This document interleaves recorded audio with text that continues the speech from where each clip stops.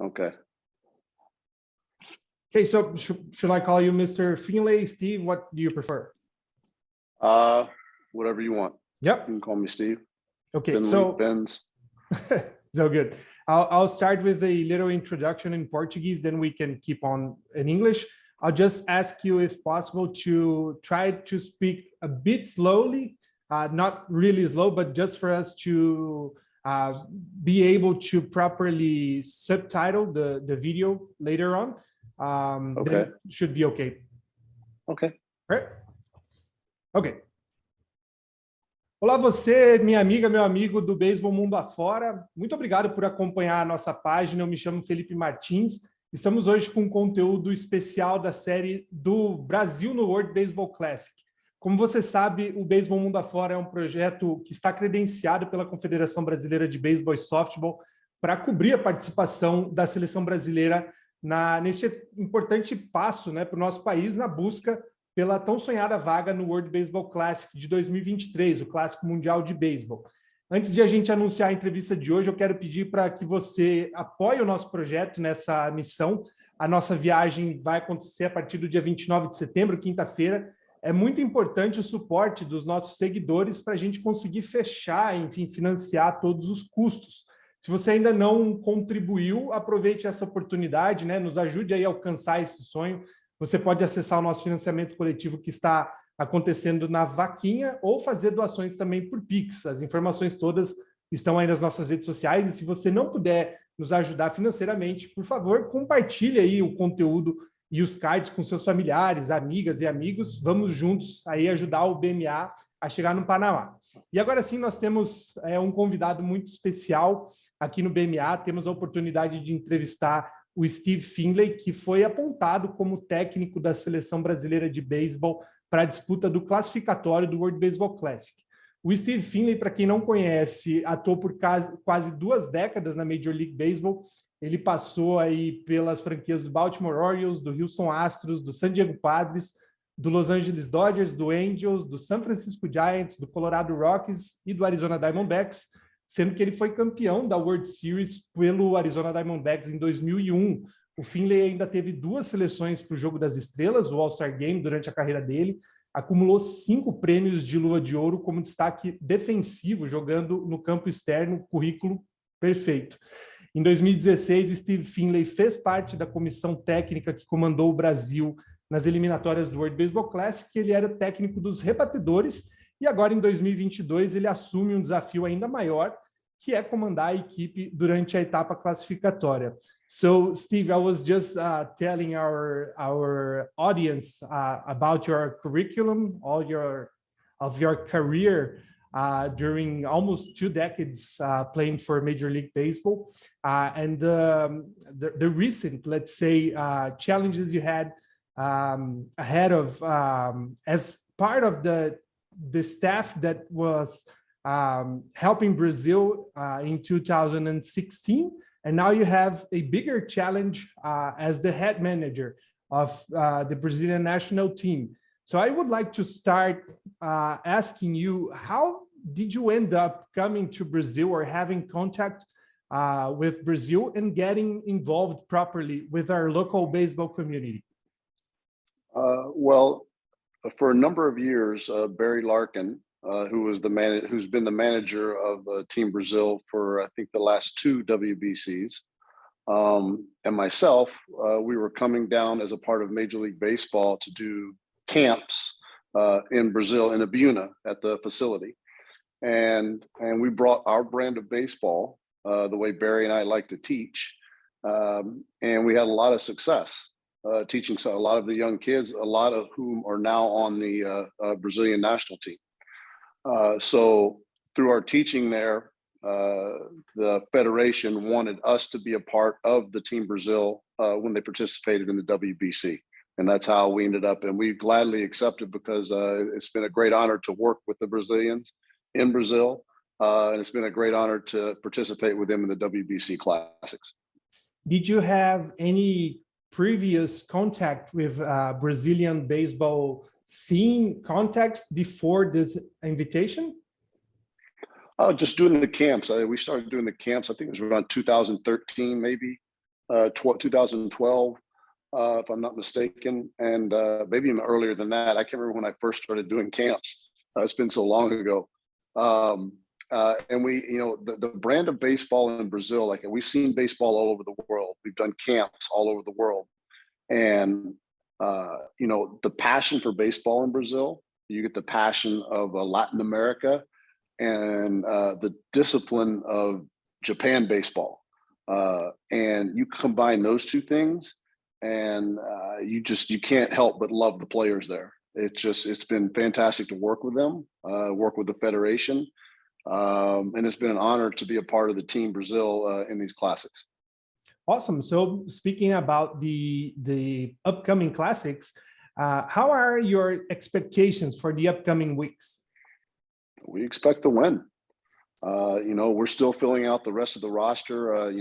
There's some players that we're trying to get on the roster. We're dealing with the government is getting documents done. So our final roster isn't complete, but whatever that roster is, we plan on winning. And that's been our motto in every WBC. We're not coming there to just qualify. We want to win our whole pool. So with that in mind, we have a great coaching staff. We're getting the players focused. I believe the first workout is today in Panama. And then the rest of the affiliated players affiliated with major league clubs, or they'll actually minor league players, will be coming to Brazil, I believe, on the 27th of this month. So you said that we still don't have the rosters published for like any team, any other national team. But what can you tell us about this team of 2022? What are the characteristics? How are you guys building it up? Like I said, we have some good players. There's players that have participated in two of our classics already. So we have a lot of veteran presence. Andre Rienzo, who played in the major leagues, he is going to be with us. And there's a number of other guys. And so we have experience, but we also have some very young guys. We have some guys that have played for a few years now in the minor leagues in the States. Pardinho is supposed to be coming back, Maciel. So we're excited to have these guys, and they participated. Most of these guys participated in the last qualifier that we were able to have prior to the pandemic, and so they have experience. And we're hoping that experience to go along with the years they've had in professional baseball, and the guys that we're expecting to come on that are young are going to be able to learn from their experience and the experience of playing in this classic. And like I said, I don't go into any tournament like this just expecting to get through and playing okay. I want to win.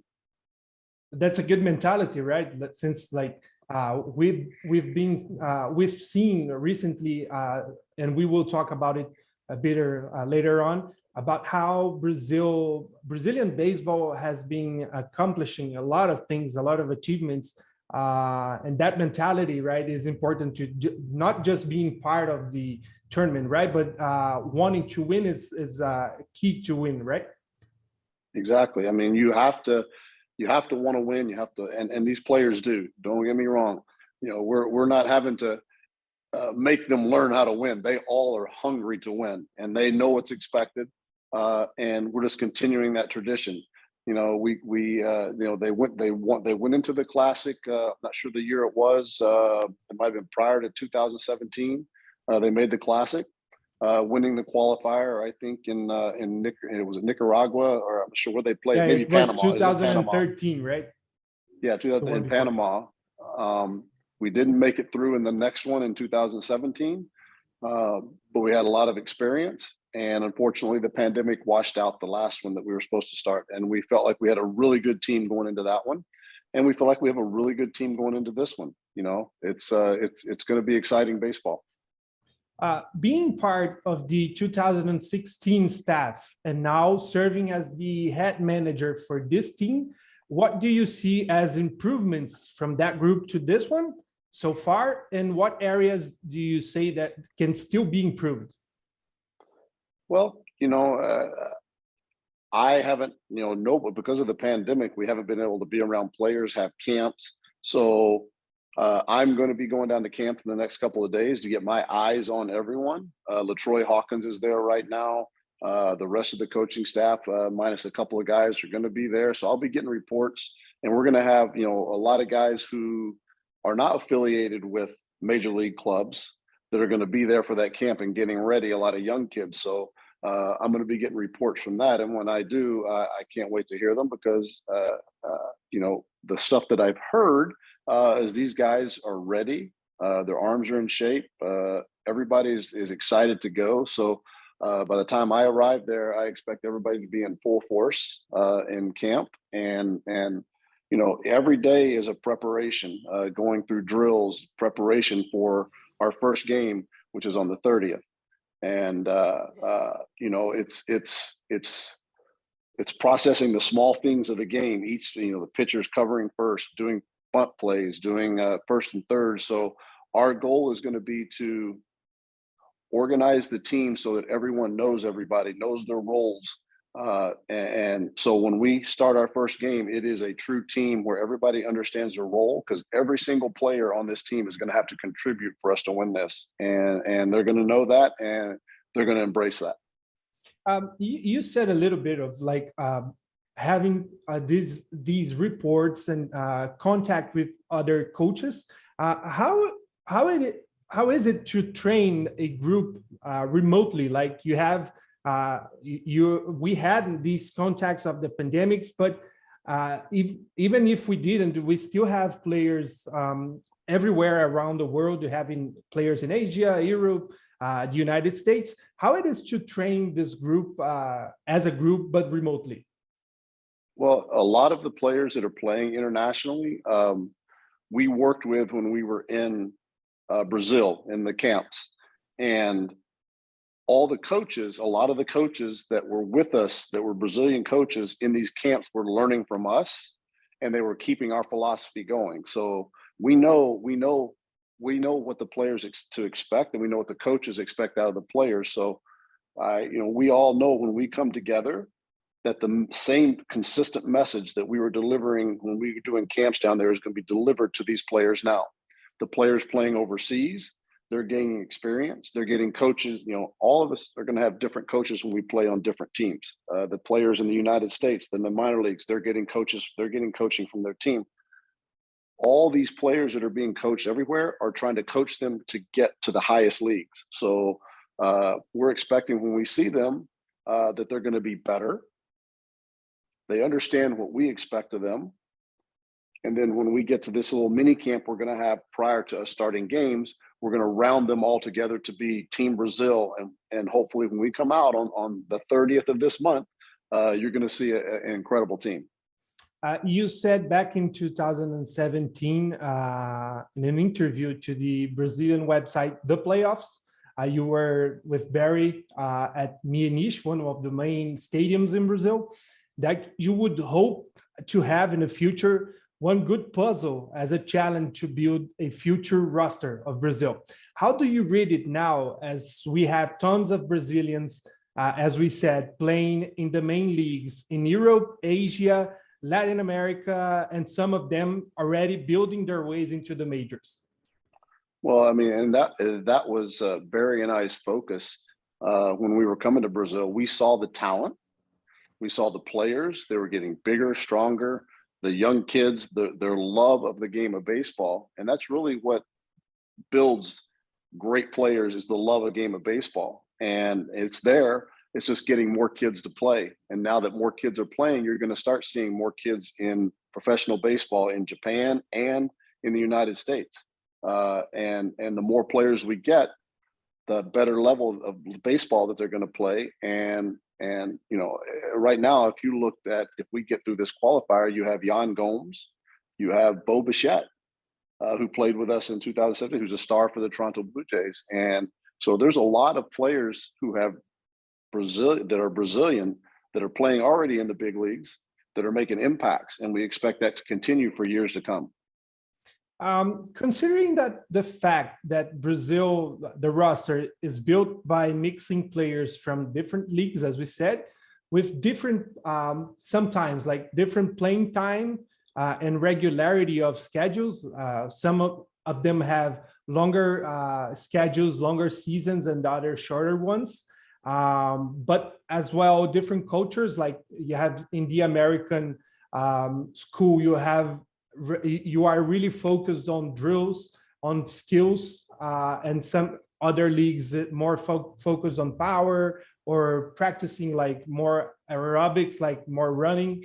How do you work this specific balance among your athletes? Well, I mean, every position has a skill set, things that you have to do on a daily basis in training to make that skill set better. And whether you're in the outfield, the infield, you're catching, first base, third base, the pitchers, working on covering first, infielders fielding ground balls, understanding the first and third plays, understanding cutoffs where they have to move to. There's a general philosophy that we have used. And so while you're working on your individual defense, each position, we work on team defenses, how we defend the bunt play, how we defense a first and third play with runners on first and third, how we defense when a ball gets hit into the gap where everybody's position is. So everyone is on the same page. So we work individual defense and we work a whole team defense. And that's how we kind of get everyone on the same page when it comes down to getting ready to play the games. There's drills make a better player, make him, whenever he gets into the game, he just already knows how he's supposed to act. And then positioning, that's what we are going to do as coaches to put them on the field in the best spot that's going to help us win. What do you have of informations that we were talking before with Thiago Caldeira about the opponents you will face on these next step? What do you already know of the recent moves or roster formation of your opponents? We have Panama, who is let's say the biggest challenge we will face in this stage. We have played them recently, Argentina as well. But what do you guys know? What have you been trying to pick up as informations about your opponents? When the rosters come out, we'll have a clearer picture. Obviously, Panama has a lot of, we call it affiliated players that have minor leaguers in the US. So does Nicaragua. I'm not sure about Argentina. But honestly, all I care about is our guys executing their pitches, executing their defense.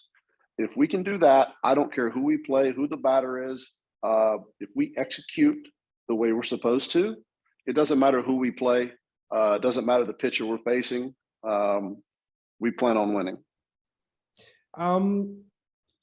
Not exactly about the World Baseball Classic, but as you have been involved with Brazil for quite some time already, and considering the recent achievements we had, South American Championship, a 7th place in the Under-18 World Cup, how do you see the development of Brazilian baseball at the present moment, and what can you say about it all when looking ahead?